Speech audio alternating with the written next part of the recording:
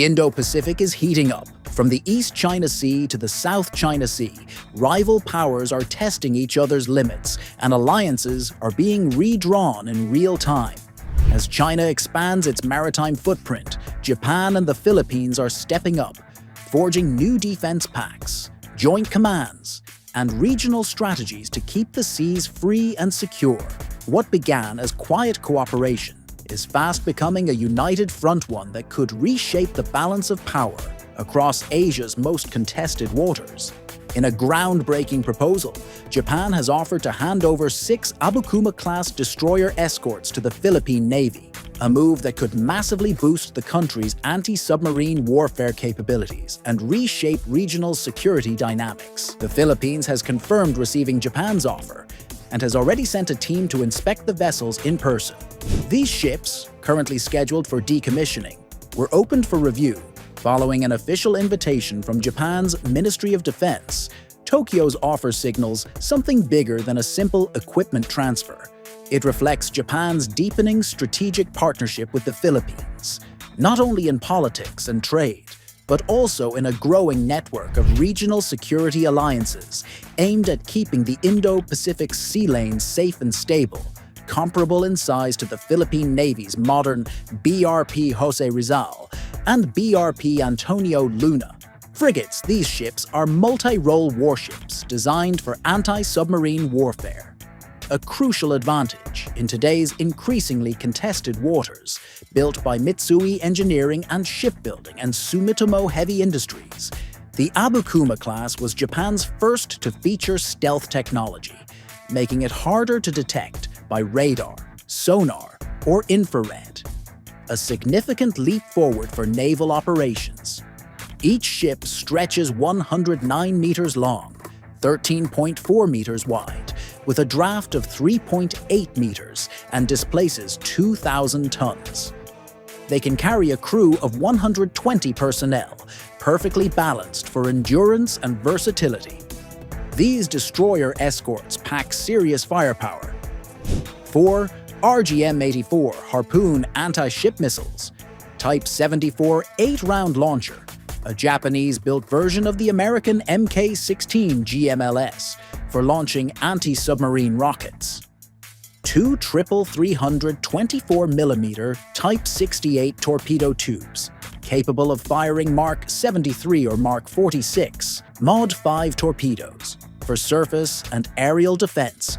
Each ship is fitted with a 76mm OTO Melara dual-purpose gun, capable of firing 85 rounds per minute over a 2-kilometer range, and a Phalanx CIWS, an automated Gatling-style gun designed to neutralize incoming missiles at close range. While a Mk-31 RAM point defense missile system was planned for installation, it was ultimately left out. Onboard electronics include an array of advanced radars and sonar systems. JRC Pulse, Doppler radars, 14 and 28, for air and surface tracking. FCS-2, 21, a gunfire control radar. General Dynamics, NMLK-90, Phalanx fire control system. OQS-8, sonar, Japan's counterpart to the US DE-167, medium-frequency sonar. The ship's electronic warfare suite, the NEC-NO-LQ-6C, enhances survivability against radar-guided threats, making it a formidable guardian of the seas. If approved, this transfer could mark a new chapter in Japan-Philippine defense cooperation, placing Manila among the few Southeast Asian nations equipped with stealth-capable anti-submarine destroyers. It's not just an arms deal. It's a strategic signal that the balance of power in the Indo-Pacific is shifting, and both nations are ready to stand shoulder to shoulder in keeping regional waters secure. Equipped with advanced surveillance and electronic countermeasures, the Abukuma-class destroyer escorts are built to detect, defend, and deceive. Each vessel carries a Fujitsu OLT-3 jammer and an Mk-36 Super Rapid Bloom offboard countermeasures system, capable of launching chaff and decoys to throw off incoming missiles and air assaults.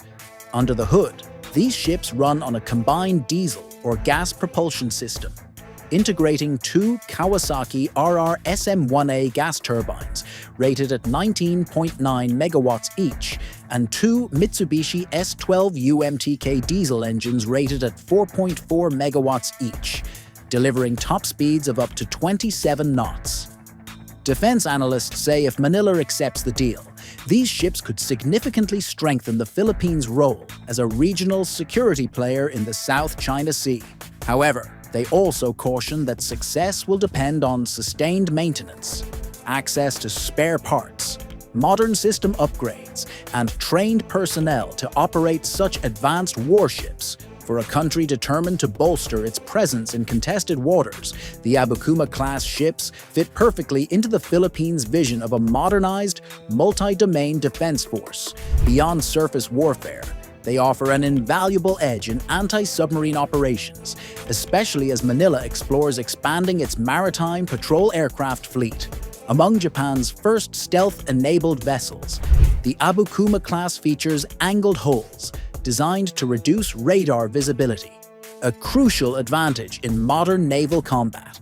Each ship is typically armed with anti-ship missiles, rocket launchers for submarine targets, torpedoes, a rapid-fire naval gun, and close-in defense systems capable of intercepting incoming threats. Still, not all systems may make the transfer. Japan's strict three principles on defense equipment. Transfer limit the export of certain weapons, meaning key armaments might need to be removed. Any US-made components on board would also require Washington's approval before being handed over. Depending on negotiations, the deal could take the form of a sale or donation, but either path will have to navigate Japanese and American export restrictions. To work around policy hurdles, Japan is reportedly considering joint development projects with the Philippines, allowing technology sharing and co-production of subsystems. This approach aligns perfectly with Manila's current push to replace outdated ship components with modern, compatible systems already used by the Navy. For the Philippines, the cost is minimal compared to building new ships from scratch, a major win for a military modernization program constrained by limited funding. If finalized, the transfer would deepen defense ties between Tokyo and Manila, promote intelligence sharing, and boost interoperability between the two forces.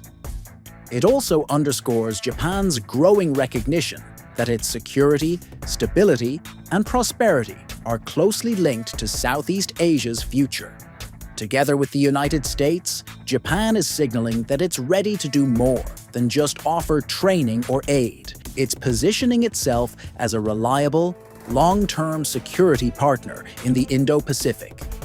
The Philippines has also begun adopting a Japan-led strategy that treats the East and South China Seas as a single operational theater, a major strategic shift designed to promote joint operations, intelligence sharing, and mutual defense readiness among like-minded nations. Defense Secretary Gilberto Teodoro described the concept as key to building synergy among the Philippines, Japan, the US, South Korea, and Australia, noting that most regional threats are maritime in nature and demand collective response. As both Japan and the Philippines face growing tensions with China over contested territories, this unified theater approach could mark a turning point in how regional allies coordinate defense, share information, and prepare for potential crises. Ultimately, these 6 ships represent more than just an arms transfer. They're a symbol of strategic trust, shared defense ambitions, and a shifting balance of power in the Indo-Pacific. Japan has once again raised its voice against China, this time over a new Chinese structure built in a contested natural gas field in the East China Sea, sparking yet another diplomatic protest in June. The dispute only adds to the long-running strain between the two countries over the Diaoyu Islands, known in Japan as the Senkaku Islands. At the same time, tensions between Manila and Beijing continue to escalate as their vessels face off around disputed shoals and atolls in the West Philippine Sea, the area Manila defines as part of its exclusive economic zone within the broader South China Sea. In response to these mounting challenges, Japan and the Philippines are doubling down on coordination. The Philippine Armed Forces, under General Romeo Bronner Jr., and Japan's new Joint Operations Command have begun operationalizing a single theater concept, aligning both nations' security strategies under one shared vision. This growing alliance is about to expand even further. Defense ministers from Australia, Japan, the Philippines, and the United States are set to establish a joint coordinating center by December, designed to bring the One Theater strategy to life. The initiative builds on the Reciprocal Access Agreement, RAA, signed by Tokyo and Manila in 2023, which allows troops from both nations to train and operate on each other's soil. A landmark deal viewed as a major step toward closer defense cooperation amid China's growing assertiveness. That same year, the three countries held their first joint military drills in Philippine waters, a clear demonstration of unity and readiness. Their Coast Guard collaboration forms part of a broader mission to maintain a free and open Indo-Pacific, built on trust, interoperability, and shared resolve. Meanwhile, China continues to test regional boundaries, routinely sending Coast Guard ships, warplanes, and naval vessels near the disputed East China Sea islands, and even as far as Guam, home to key U.S. military bases. In the South China Sea, Beijing's aggressive patrols have led to frequent run-ins with Philippine vessels, as China presses its claim over nearly the entire region. Recognizing the rising risks, Japan has ramped up its support for the Philippines, helping bolster maritime law enforcement and security capabilities. Tokyo's national security strategy condemns China's actions in the West Philippine Sea as attempts to change the status quo by force. Its broader, free and open Indo-Pacific vision prioritizes protecting open seas and enhancing maritime law enforcement, both of which align closely with Philippine interests. Reflecting this commitment, Japan, through the Japan International Cooperation Agency (JICA), has provided patrol vessels to the Philippine Coast Guard via Official Development Assistance (ODA) loans. These efforts highlight Tokyo's concern over escalating tensions and its desire to strengthen Manila's ability to defend its waters and enforce international law. Japan isn't stopping there. Building on these initiatives, Tokyo is preparing to expand its maritime cooperation across Southeast Asia, using its partnership with the Philippines as a template for future projects. Over the past few years, Japan has extended maritime security assistance to Indonesia, Malaysia, and Vietnam, all of which are now poised to benefit from Tokyo's new 10-year regional assistance plan. This long-term approach signals Japan's determination to take on a more active leadership role in regional security, combining economic aid, defense diplomacy, and strategic coordination under a single Indo-Pacific framework. Alongside these efforts, Japan is also deepening ties within the US-led Lattice Network, a growing defense framework that connects allies to counterbalance China's expanding influence across the Indo-Pacific. At the first US-Japan-Philippines Trilateral Summit in April 2024, leaders reaffirmed their commitment to joint Coast Guard exercises, maritime patrols, and defense training, a unified response to Beijing's military maneuvers. And in July 2024, the signing of the Japan-Philippines Reciprocal Access Agreement marked another milestone. The deal is expected to enhance interoperability between their armed forces and anchor their role within the broader US-led network, a clear signal that the Indo-Pacific's defense partnerships are growing stronger, more connected, and more determined to preserve peace and stability. Tensions are rising fast across the Indo-Pacific. From the East China Sea to the West Philippine Sea, China's moves are shaking the region, but Japan and the Philippines aren't backing down. With new defense pacts, powerful warships, and joint operations on the horizon, a new alliance is taking shape, one that could redefine the balance of power at sea. Stay tuned, because this story is just getting started. Don't forget to like, share, and subscribe for more updates on Asia's fast-changing security landscape.